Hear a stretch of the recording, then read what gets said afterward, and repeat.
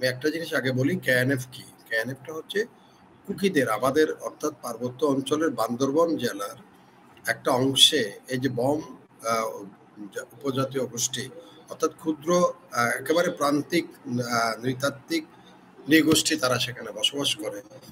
তো তাদের গত বেশ কয়েক বছর আগে হঠাৎ করে তাদের মধ্যে একটা এই বোধটা জাগ্রত হয় যে শান্তি চুক্তি যে স্বাক্ষরিত হয়েছে 1997 সালে, সেখানে তাদেরকে যথার্থভাবে মূল্যায়ন করা হয় নাই।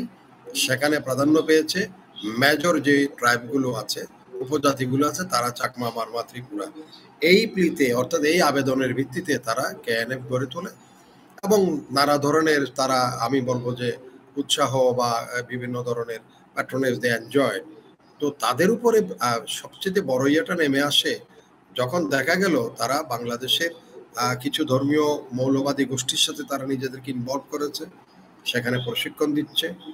সেটার যখন হয়ে গেছে, আনার্থ হয়ে ধরা বের হয়ে আসে, তখন তাদের উপরে কর্তৃপক্ষীয় প্রেশারটা শুরু হয়।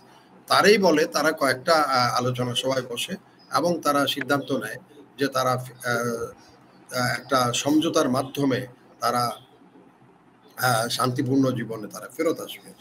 এবং সেটার আগামী এই 2-3 দিনের মধ্যে, অর্থাৎ 16 তারিখের দিকে এটা একটা নির্দিষ্ট ছিল যে তারা চূড়ান্ত বৈঠকটা সেখানে হবে। এখন এর মধ্যেই এমন কোনো ঘটনা কি ঘটেছে কিনা সেটা প্রকাশ্যে আসে নাই।